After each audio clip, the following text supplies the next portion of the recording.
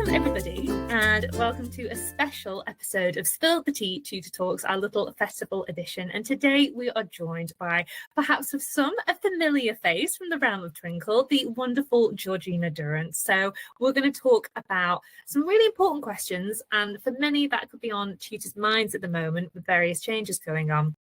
So we're very lucky to have Georgina with us today. So before we get into the nitty gritty, Georgina, would you like to do a little introduction of your lovely self, and then we'll get cracking? Well, thank you, Susie. Lovely to be here. I was just saying to Susie, I'm a little bit nervous because I much prefer being a host. It's a lot easier hosting a podcast, I think, that not to dismiss Susie's work, but much easier hosting it than being the one answering questions. So thank you very much for having me. I'm Georgina Durrant. I am the National Inclusion Lead at Twinkl. I'm also a former teacher, former Senko, and I've written a few books about special educational needs and disabilities. My latest one is SEND Strategies for the Primary Years. So I'm all about practical strategies for children with SEND, and yeah, supporting children with SEND and making sure everything's as inclusive as possible. Wonderful, thanks Georgina. Well, to get us started on our Spill the Tea sesh, my first question is, so why is early support so vital for children with SEND, especially when diagnosis can take months or even years to come about?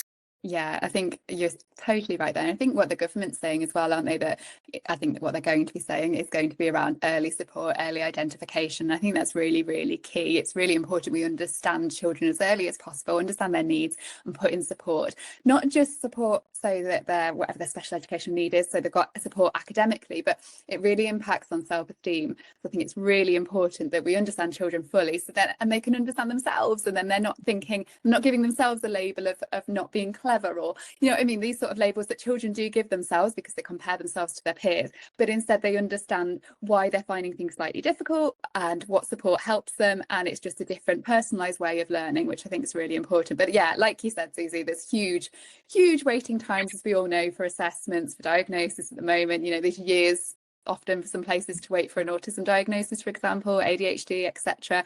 And if you think about dyslexia, I think lots of local authorities don't even do dyslexia assessments anymore. And lots of parents have to go, if they're wanting a dyslexia assessment, often have to go down the private route, which is very costly. So there's huge problems around there. And I won't bore your listeners, Susie, with my rant. I think probably most people have heard me rant about this. But yeah, I think early support is absolutely crucial because of these waiting times for a formal diagnosis, and even for EHCPs and extra support in schools. And these wait times should never be a wait for help. We can always do things, we can always put things in place to help learners, and I think that's really important for tutors to remember as well, is there's lots we can be doing, and you just need to understand the child's needs, upskill yourself on sort of special education needs and disabilities, and then try and put in the right support to make a huge difference. And it's not necessarily now more now than ever that children might need not have these formal diagnoses and need that extra support. And the earlier we can provide children with the right support, the more they can thrive.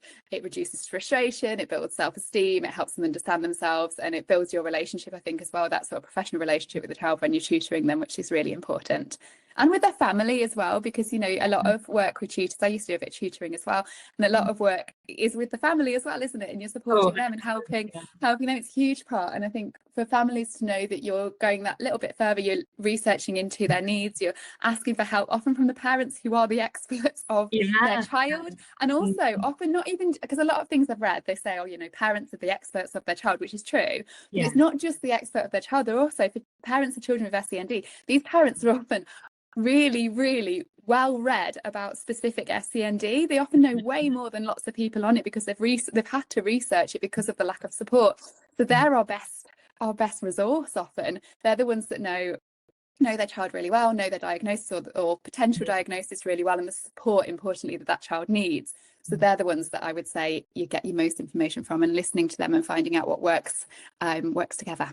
Yeah. Oh no, that's such a great answer. Thank you, Georgina. And I think you're right, as a tutor, that role is perhaps to help bridge and support, like you say, we can sort of get started. So to kind of jump off from that, for any tutors who are, you know, interested and invested in supporting their learners, what would you say are some practical ways that tutors can tailor their sessions to help those students, those children who perhaps unidentified or have those emerging needs, but like you say, haven't, you know, they're in that weird little waiting bit of limbo? Yes.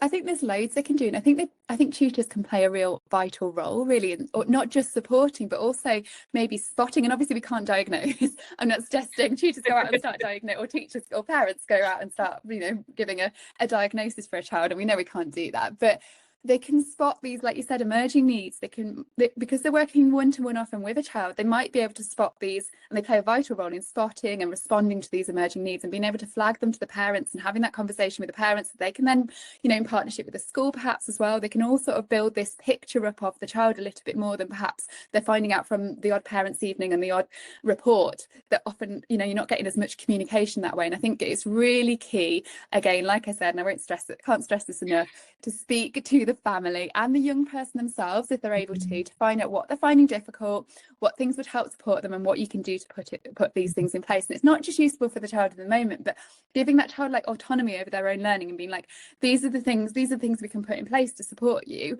Means when they get older and they're in the workplace, for example, they're also thinking, I might need these extra support things. What can I ask my employee to put in place? And I think that's really important, that we're empowering children to think about what extra things they might need help with. Because if you go on to have a diagnosis of dyslexia, for example, it's not going to stop when you finish school. You're going to need some sort of support in place, and it's useful to give children that sort of toolkit.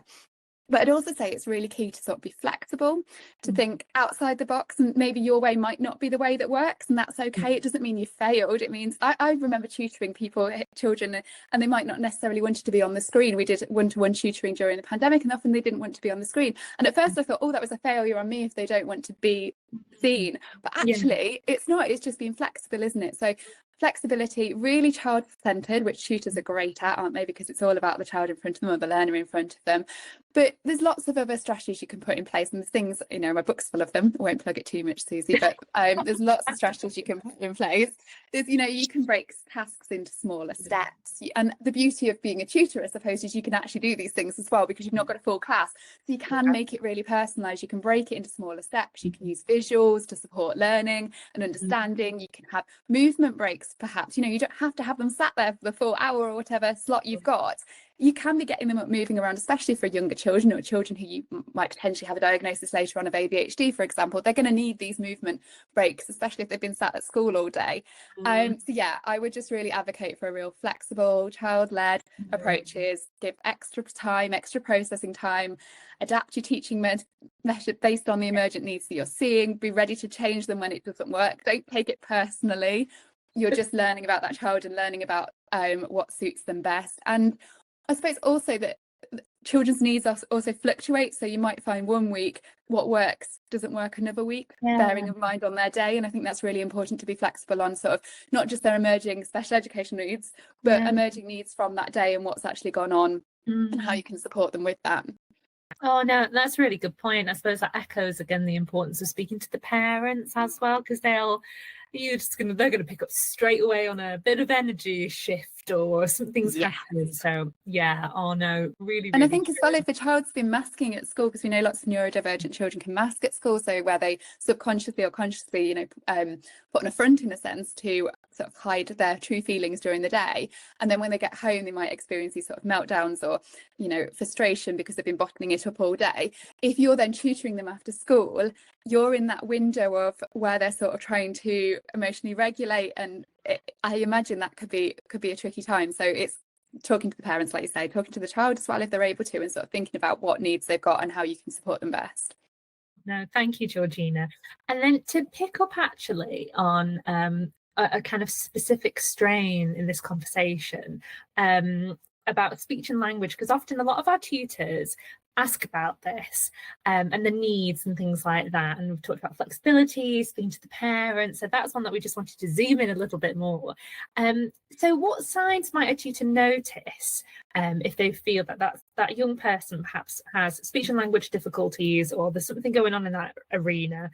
And how would you best sort of support them with their communication needs, if you don't mind untangling me? No, I'll try my best. Speech language communication needs is obviously a massive area. So I'll try my best. But and it covers all sorts of areas. That covers speech, which is separate to language, and language again can then be split into receptive and expressive language. So receptive being your sort of understanding of language, and expressive being communication of language. Now, and then you've also got the communication side of it as well. But if we look at language, I think that's really key, because quite often it's easier to know if a child is having expressive language difficulties, because it's easier to notice if you can't understand a child. So if I was speaking and you couldn't understand what I was saying, or I was pausing, or I was speaking in a slightly different way, and you're thinking, oh, I think she might have some sort of language difficulty, or maybe disorder or a delay. But if I had a receptive language difficulty, it would be a lot harder to notice, because how do you notice when someone doesn't understand your language? And I think that's really key. And for that, I think it's really thinking about language isn't just about someone communicating to you, but it's about them taking in the information you've given them.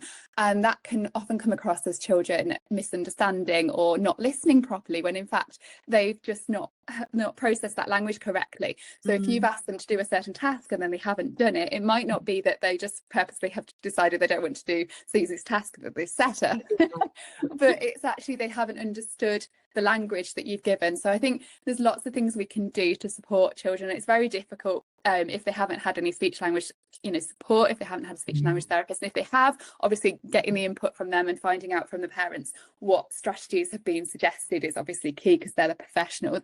But you might notice them sort of struggling with your verbal instructions. They might, if it's expressive language, they might have difficulty forming sentences. They might have all sorts of different things around that. So it might be quite difficult to unpick, but I think there's lots of things you can do anyway. And a lot of these strategies that I talk about are never detrimental to children. They're beneficial for all. And I think it's really key that we have them across the board anyway. So things like using clear, simple language, being careful not to ask questions when you're not really asking a question, so that can be confusing. Checking for understanding. So when you've asked a question, then check they understand what you've actually asked them. Someone gave me a really good bit of advice I think it was a few weeks ago, and they said one thing they'd heard was, if you say to somebody, you give somebody an instruction and then the child doesn't understand what you've said, often we then reword the instruction in a different way for the child, and that for some children isn't actually helpful, even though it seems like it would be, because actually they just need you to repeat the same instruction again so they can process it. If we keep giving them variants of this instruction, it becomes even more confusing. So I think being really careful that we're clear and concise, and we repeat instructions, we check for understanding, and then incorporating visual supports I would always recommend. And I think that can help all children. It's not just children with speech language communication. And I'll do a plug for Twinkl Symbols there. I know we're on the Tutors Festival, which is good. But yeah, Twinkl Symbols, great with the communication. It can help support not just the expressive communication, but that receptive language skills as well. And then there's the whole other part of it, which is the communication bit, and looking at social communication as well. And I would do a real plea to always be sort of neuro-affirming with any like social skills, any sort of things we're practicing like that. So things like not insisting on eye contact if the child finds that very uncomfortable. If they can't sit still, that's okay as well. And I think just being flexible and understanding neurodivergence is really important when we're looking at social skills. And things like turn taking and things like that can be tricky for some children, and we need to be supportive rather than trying to shove them into a neurotypical box. Oh no, and that's so true. And I think definitely to bang that drum on like you say, the social side of it, I think sometimes it can be, for some tutors, or if they've been a TA or a teacher in the like that education adjacent realm, and they come into tutoring, it can feel like, oh, this is the model and this is how everything should be. And it's like you say, they can take it as a bit of a personal offence. But I always like to think of it, well, as an adult, if you're in a situation where you found something intimidating or you're very restless, it would be very peculiar if someone said, no, you have to stare, you have to look at me right now. Like if you turned to me and said, no, Susie, you've got to look at me right in the eye. So like you say, for someone much younger, a young person, and like you say, to be neuro-affirming is so important. So to really champion that. Thank you, Georgina. No, and I think, like you said, we have sort of higher expectations, I think, of adults than we have of children. Sometimes with these approaches, like we don't you're all right with me moving around now. I haven't sat still for this interview at all. I'm swinging around on my chair and I'm playing with things and I'm fiddling.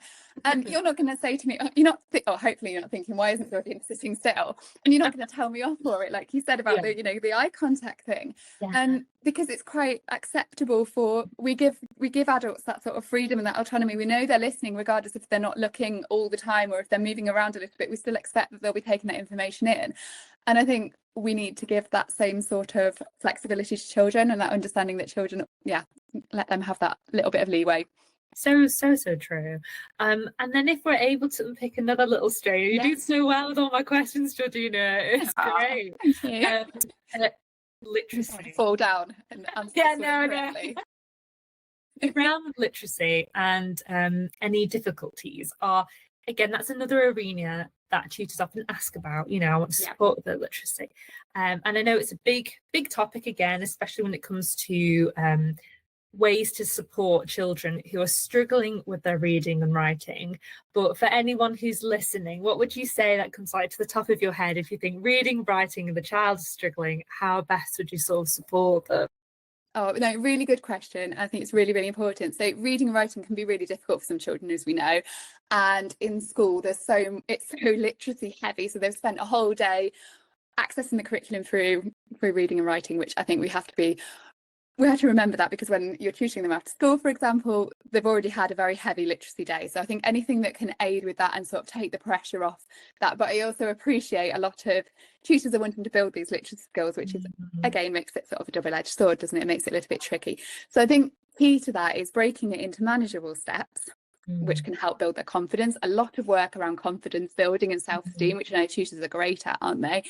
And then also, if you can, building in some sort of, especially for younger children, sort of multi-sensory approaches. So, can you get some sand? Can they trace some letters in some sand? Can they do some storytelling? Can we do some different things that strengthen these skills in a more sort of playful way? I'm a big advocate for play, especially for younger children.